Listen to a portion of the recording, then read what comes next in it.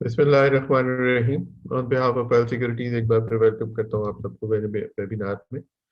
अच्छा, last week हम उसको वेबिनार को अगर रिकैप कर लेते हैं और थोड़ा डिस्कस कर लें तो उसमें हमने टेक टॉक में कुछ वही पैटर्न्स जो थे, कुछ वॉल्यूम्स के अकॉर्डिंगली हमने कुछ इंपॉर्टेंट पॉइंट डिस्कस किए थे जो हम पहले भी कर चुके थे, जिसमें कम्युलेशन फेज था, ट्रेंडिंग फेज था और डिस्ट्रीब्यूशन फेज था।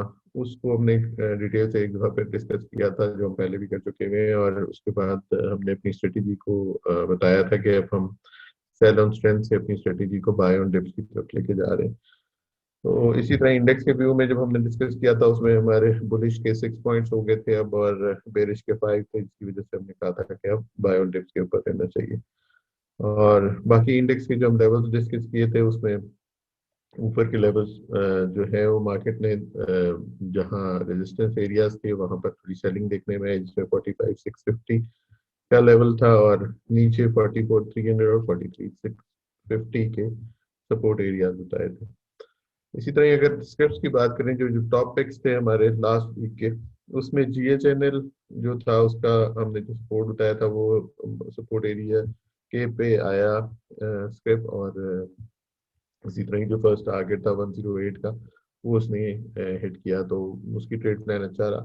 बाकी हमने जो DG, AVN, आगा और मुगल, ये चार स्क्रिप्ट्स हमारे थे, जिनमें के सपोर्ट एरियाज तो अभी इसके करीब आ गया है या सपोर्ट एरियाज पे हिट किया है उसने। लेकिन अभी हम वेट कर रहे हैं उसमें कि जो ब्रेकआउट लेवल्स हमने बताए थे उनका, तो वो ट्रेड प्लान इंटैक्ट है और हम ब्रेकआउट इंशाल्लाह उसको देखेंगे हम। और इसी तरह हमने स्टॉप लॉस भी बताए हुए थे।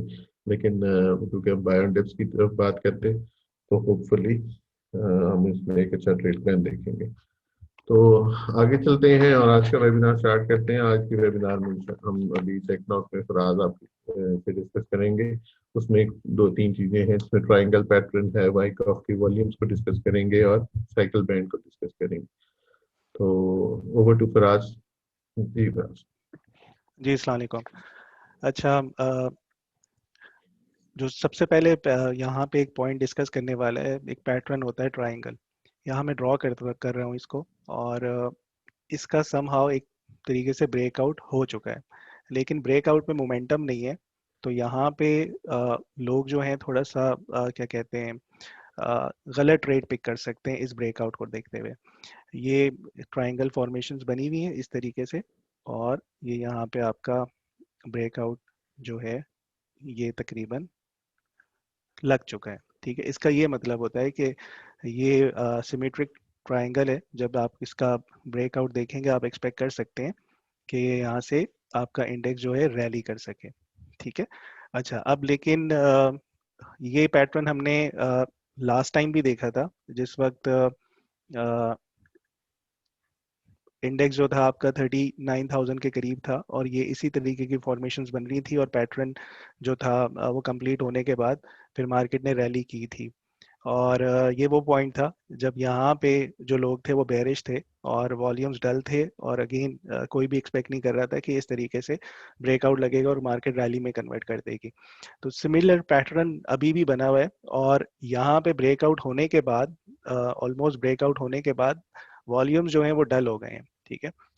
अब यहाँ पे एक पॉइंट जो हमेशा से मैं डिस्कस करता हुआ आ रहा हूँ, और यहाँ पे भी जब इंडेक्स आपका इस पॉइंट पे था, ये तकरीबन 39,000 के करीब, और ये ब्रेकआउट देने वाला था, तो उस टाइम भी मेरी तरफ से बाय कॉल थी कि कंसोलिडेशन कंप्लीट हो गई है और इसके बाद यहाँ से मार्केट जो है रैली कर सकेगी। तो सिमिलर पैटर्न है और तकरीबन उतने ही वॉल्यूम्स हैं। अब यहाँ पे मैं एक पॉइंट हाईलाइट करूंगा वॉल्यूम्स को लेके फिर से।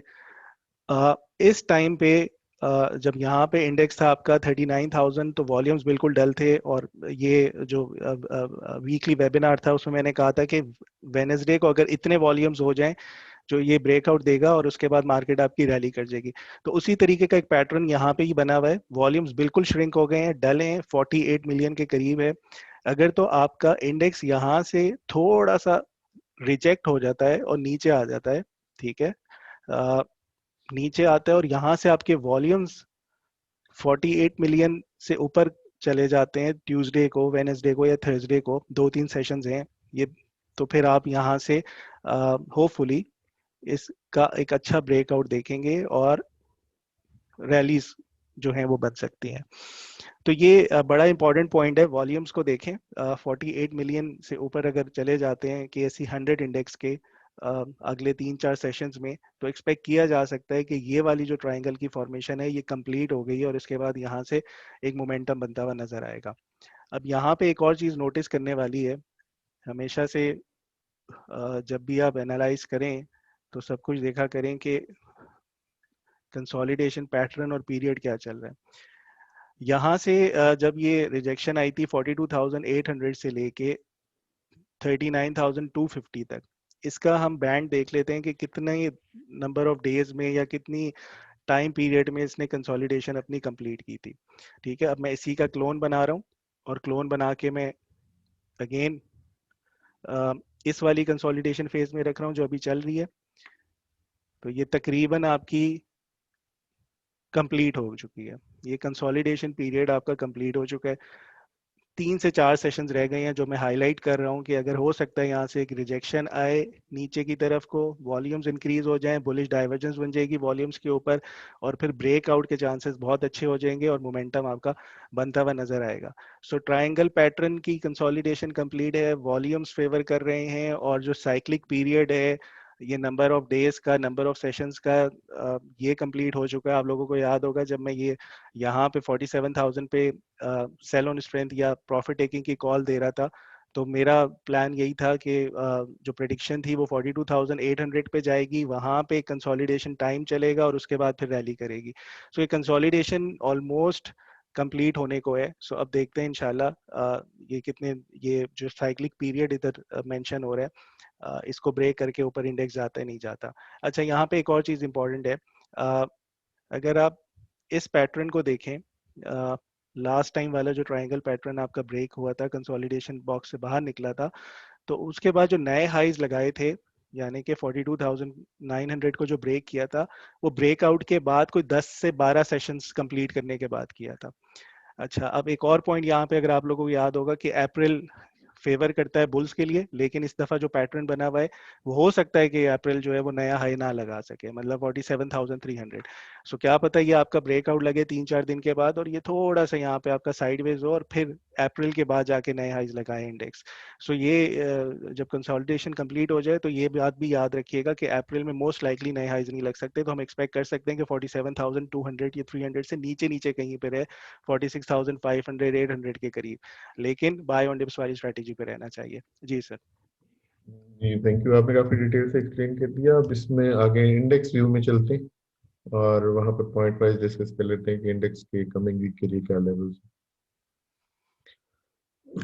अच्छा, इंडेक्स में इस दफा बुलिश इंडिकेशंस में जो बुल्स के पॉइंट्स हैं उसमें मैंने वाइक ऑफ स्ट्रेटेजी, जो वॉल्यूम्स अभी मैं डिस्कस कर रहा था कि वॉल्यूम्स बिल्कुल श्रिंक हो गए हैं, डल हो गए हैं। 1-2 दिन के बाद अगर 48 मिलियन को क्रॉस करता है तो वाई को फेवर करता है बुल्स को। सो बुल्स के पास अब 7 पॉइंट्स हैं और बेयर्स के पास आपके पास 5 पॉइंट्स हैं। लास्ट वेबिनार वाले ही पॉइंट को मैं डिस्कस करूंगा, हायर लो और हायर हाई को। मैं ज्यादा कॉन्फिडेंट होऊंगा जब 46,100 से ऊपर आपका इंडेक्स चला जाए, तो इट मींस आपका हायर, मैं ड्रॉ कर देता हूँ, ये आपका हाई, ये आपका हायर लो और फिर आपका higher high. So by definition ये आपका ट्रायंगल भी ब्रेक होगा और ये क्या कहते हैं, बाय डेफिनेशन आपकी ट्रेंडिंग मूव बन जाएगी। तो ये बहुत इंपॉर्टेंट लेवल होगा 46,100 वाला। यहाँ पे मैंने एज ए रेजिस्टेंस 2 इसको मेंशन कर दिया है। अगर कोई यहाँ से बाय ऑन डिप्स वाली स्ट्रेटेजी पे काम करना चाह रहा है तो स्टॉप लॉस 42,700 का रखें, ये वाला। और बाय ऑन डिप्स पे पहली सपोर्ट 44,750 की है, 43,900 से लेके 44,000 ये सेकंड रीजन बनता है इसका। अच्छी सपोर्ट जोन है दोनों, यहाँ इन दोनों सपोर्ट जोन्स के ऊपर बाय करना चाहिए और इन रेजिस्टेंस लेवल्स को वॉच करें केयरफुली। 46,100 ब्रेक कर गया तो एक इंडिकेशन और हो जाएगी आपकी कि बुल्स के पास मजीद पॉइंट ज्यादा होते चले जाएंगे। सो फिलहाल बाय ऑन डिप्स पर रहें। कंसोलिडेशन जो है तकरीबन कंप्लीट हो चुकी है और नियर टर्म हमें एक अच्छी मोमेंटम मार्केट में देखने को मिलेगा। जी सर। जी थैंक यू। आगे चलते हैं, अब आगे जो टॉपिक्स है कमिंग वीक के उनको डिस्कस कर लेते जी, सबसे पहले GHNL, ये लास्ट वीक भी मैंने शेयर ये प्लान जो था वेबिनार में हमने डिस्कस किया था, उसके बाद ये ट्रेड प्लान मैंने इस वीक शेयर भी किया था पर्ल के प्लेटफॉर्म से अपने क्लाइंट्स को। जो हमारा पहला टारगेट था वो 108 का था जब ये ब्रेकआउट लगा। सो राइट नाउ ब्रेकआउट लगने के बाद पहली रेजिस्टेंस 108 टेस्ट होने के बाद अब ये जो ब्रेकआउट वाला जो लेवल था उसको रीटेस्ट कर रहा है। तो अगेन बाय ऑन टिप्स पर काम करना चाहिए। पहली सपोर्ट 101, दूसरी 96। अब इसका स्टॉप लॉस 94 है, पहले 88 था। ठीक है, ट्रेल करें, स्टॉप लॉस 94 हो गया है। फर्स्ट रेजिस्टेंस 108 है, सेकंड 113 है। अगर कोई थोड़ा सा और इसको लॉन्ग करना चाह रहा है तो 121 तक भी ये होपफुली जा सकता है। फिर इसके बाद यूनिटी एक मेरी टॉप पिक्स में इस दफ़ा ये बहुत अच्छी कंसोलिडेशन पैटर्न है इसका, और मोस्ट लाइकली अगर ये कहीं बाय ऑन डिप्स पर आपको मिले, ऐसे इस ट्रायंगल को टेस्ट करे 29.05 पे और 27 पे, सो ये दोनों बहुत अच्छे अट्रैक्टिव लेवल्स हैं इसको बाय करने के लिए। स्टॉप लॉस 26.80 का बनेगा। फर्स्ट रेजिस्टेंस 32.10 और फिर सेकंड रेजिस्टेंस आपकी आएगी 34.20 पर। फिर एवीएन, ये लास्ट वीक भी था, हम वेट कर रहे थे ब्रेकआउट का जो 97.50 बनता था। चूंकि ये कन्वर्ज हो रहा है ट्राइंगल, तो ये जो लेवल है नीचे आता जा रहा है। अब ब्रेकआउट लेवल इसका 94.50 का बनेगा। स्टॉप लॉस आपका ऊपर जा रहा है, 79.90 का बनेगा। फर्स्ट सपोर्ट 88 है, सेकंड 83.080 है। इन दोनों सपोर्ट्स पे बाय करें 79.90 के स्टॉप लॉस से, या फिर वेट करें ब्रेकआउट का 94.5 को। तो फर्स्ट रेजिस्टेंस 99 पे है, सेकंड 105 पर है। फिर रिफाइनरीज में जो पाकिस्तान रिफाइनरी है ये भी अपने कंसोलिडेशन पैटर्न को कंप्लीट करेगी अगर तो ये 24 को जाके टेस्ट कर जाता है, बहुत अच्छी सपोर्ट है। और नीचे जो इसकी मेजर असेंडिंग ट्रेंड लाइन की सपोर्ट है, बुलिश ट्रेंड लाइन की, वो 22.50 से 60 के करीब बनती है। अगेन इन दोनों अच्छे सपोर्ट लेवल्स हैं। अगर ये इसको 22.50 पर टेस्ट कर जाता है तो एक आइडियल सिनेरियो होगा बाइंग के लिए। स्टॉप लॉस बहुत माइनर सा होगा इसका 22.25 का। फर्स्ट रेजिस्टेंस 26.30 पर है, सेकंड 27.25 पर है। सो ये चार टॉप पिक्स हैं इस हफ्ते के लिए जहां पे अच्छे सपोर्ट लेवल्स नजर आए, बाय अटेम्प्ट करनी चाहिए। ये आगे चलते हैं और क्लाइंट की क्यूरीज आएंगी, वो मैंने आपको दी हैं, उनको आंसर कर लेते जी, अल शहीद की एक क्यूरी है। ये आपके डिसेंडिंग पैरेलल चैनल में ट्रेड कर रहा है काफ़ी टाइम से, और इसको हम पहले भी डिस्कस करते रहे हैं कि जब तक ये चैनल से बाहर नहीं निकलता, ब्रेकआउट नहीं करता, तो इसमें रैली एक्सपेक्ट नहीं की जा सकती। तो जो ब्रेकआउट लेवल अभी फिलहाल इसका है वो ऑन डेली बेसिस नीचे आता जा रहा है। 15.50 पे इसका ब्रेकआउट लेवल बनता है, इसको वॉच करें। अगर तो ये ब्रेक कर गया तो फिर इजी टारगेट्स होंगे इसके 17 के, और उसके बाद फिर 18.24 के। और इन केस अगर आप बाय ऑन डिप्स वाली स्ट्रैटेजी पे इसको क्यूमुलेट करना चाह रहे हैं, सो 14.25 और 13.25 ये दोनों अच्छे सपोर्ट लेवल्स हैं इसके। एफएफएल जो है वो अपनी रेजिस्टेंस 16.50 की टेस्ट करने के बाद काफ़ी रिजेक्शन आई है इसमें। जो इसकी फिलहाल पहली सपोर्ट आ रही है 15.40, दूसरी 14.90। इन दोनों सपोर्ट लेवल्स पे अटेम्प्ट करना चाहिए। अगेन 16.50 और 17.10 ये दोनों रेजिस्टेंस लेवल्स हैं। फिर DGKC ये लास्ट वीक के हमारी टॉपिक में भी था, स्टिल है, और ये फॉलोअप भी हो जाता है ये जो हम डिस्कस कर रहे हैं। अगेन इसका ब्रेकआउट लेवल 129 ही है, और ये 129 को जब ब्रेक करेगा तो ये 132, 138, इवन 140 को जाके टेस्ट कर सकता है। सो ये अभी करंटली पहली सपोर्ट पर ही है 122, और अगर ये नीचे कहीं 116.50 पर आता है तो ये बहुत अच्छी सपोर्ट होगी, वहाँ पे फिर बाय करना चाहिए। फिर ASTL, अगेन ये भी हमारी टॉपिक्स में से ही है। ये अपनी डिसेंडिंग ट्रेंड लाइन को ब्रेक करके उससे ऊपर ट्रेड कर रहा है, तो एक अच्छा साइन है। और ये कंसोलिडेशन पैटर्न है सारा, और जब भी ये सपोर्ट लेवल्स पे मिले 41, 39.75, इन दोनों सपोर्ट लेवल्स पे बाय करना चाहिए। फर्स्ट सपोर्ट रेजिस्टेंस 44.20 टारगेट रखा जा सकता है, और 46.20 सेकंड टारगेट रखा जा सकता है। सो ये क्यूरीज रही हैं इस दफ़ा से। हैं। जी थैंक यू। आगे अब हमारा ईमेल एड्रेस technicals@pearlsecurities.com आपके पास अवेलेबल होता है, हर दफ़ा हम बताते हैं। इस पे आप अपनी कोई भी क्यूरी हो तो हमें भेज सकते हैं। बाकी हमारी ब्रांचेस के एड्रेस हर वेबिनार के एंड में एक स्लाइड के फॉर्म में अवेलेबल होते हैं, जो कि आप किसी भी ब्रांच में कांटेक्ट कर सकते हैं। और जो हमारे एग्जिस्टिंग क्लाइंट्स हैं वो अपने ब्रांच मैनेजर, ट्रेडर्स या जो भी पॉइंट ऑफ कांटेक्ट उनका पर्ल के साथ है, उस पे रब्ता कर सकते हैं। तो इस वीक के लिए इतना ही, इंशाल्लाह नेक्स्ट वीक दोबारा मुलाकात होगी। तब तक के लिए अल्लाह हाफिज and thank you very much.